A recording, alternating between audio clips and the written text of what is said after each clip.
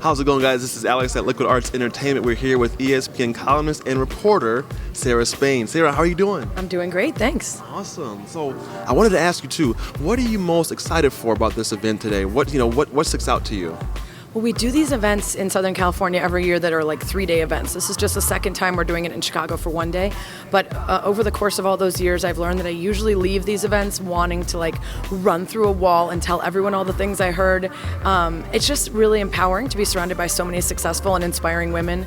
And a lot of times, you've heard the same messages over and over, but somebody words it differently or says it in a way that suddenly something clicks and you're like, that's an action item I want to do, or that's an approach I want to take. And so I love sort of mining all of the wonderful advice for like those moments there's something clicks in me and I'm like, all right, that's awesome, I'm gonna do that. Right. And you just got off the stage with Kerry Wood, Chicago Cubs. I mean, that's huge. What is that relationship like for you, and what is Chicago Cubs and Kerry Wood, what does that mean for you? Well, when I moved back to Chicago, the thing I was most excited for was getting to cover the teams that I grew up loving. And I remember I was on the radio once and we were throwing to a broadcast of the Chicago Bulls game from what we were doing, just our regular programming. And Bill Wennington said, thanks to Sarah back at the studio, cutie patootie, I love Sarah, she's the best. And I was like, if the 12-year-old me was like one of the Bulls champions is like, I love Sarah, and knows my name. And then over the years, it's been moments like that where it's like, I'm on stage interviewing Kerry Wood instead of just sitting in the stands and idolizing him. And I think that's one of the reasons I love Chicago so much is there's a real community surrounding the athletes. So many of them stay after they're done, and they bring all the knowledge and experience that they gained as an athlete and their connection with the community, and they really make good on it. And they pay back the fans for all those years that they got their support. So it's real. So it's not like, hey, I took from you, I'm not gonna give back. Giving back. That's awesome. Speaking of giving back, so name a time when you did something nice for somebody you didn't know, and what did you do and why did you do it?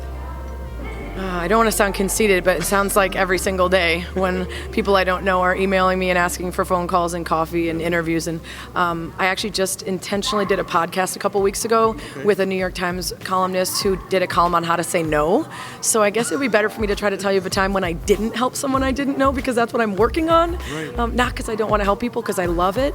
And I feel like I was so helped by mentors and people that helped me along the way that's why I give back so much. I'm just running out of time. I don't have enough hours in the day. But I will say that it usually comes back to something that makes me feel so good. I've never given my time to someone and said that was a waste of my time.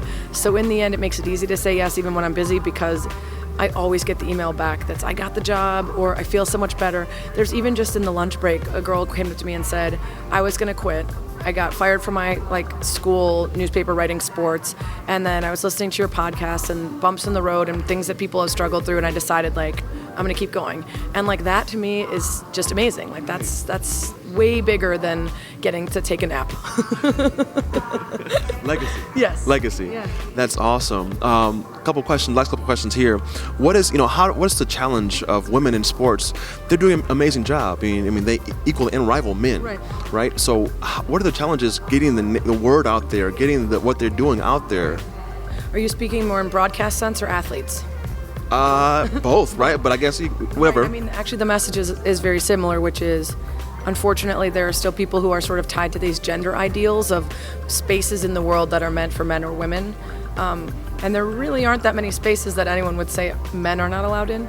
They're making our bras. They're CEOs of tampon companies. They're, helping us with our babies and gynecologists. So the idea of the rise of woman is not the fall of man, that equality is not an insult or a threat. There are too many people that don't believe that. And as long as there's this still holding on to of the power of we own this space, and when you step in it, you're on our turf, other than it being even ground, that's what we're still pushing against. So every little bit, though, every woman who does an amazing job, every Jessica Mendoza in the booth that adds a ton, every Becky Hammon that is holding her own and never talks about her gender and just goes out there and crushes every day, that helps. And it's those little baby steps and the reverse, all the little indignities every day that add up to people viewing women as less than.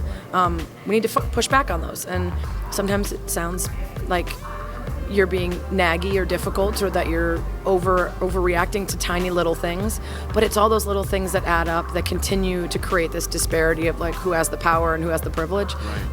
So we just have to keep kicking ass, I guess, and eventually the idiots that don't believe that we belong in the space will either die off or fail to evolve, and that's it for them. I love that. Last question, Sarah. Out of all the things you've done, and you're still growing, you still got so much more to do, what are you the most proud of in your life?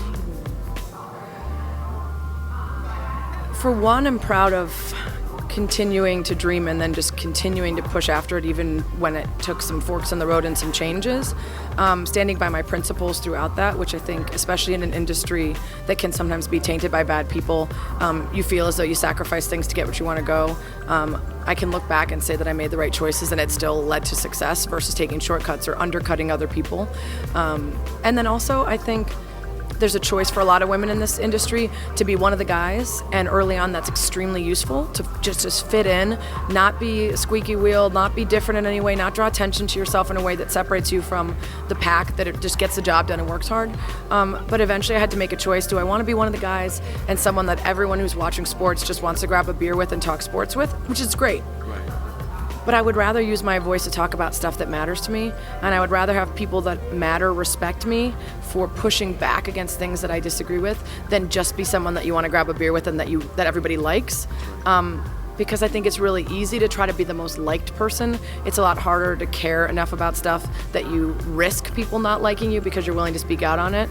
And it was not a difficult decision for me, but it was one that when I made that pivot of realizing that I couldn't continue to just be likable and easygoing, and that it was going to affect how people thought of me and whether they rooted for me or not anymore, and I was okay with that.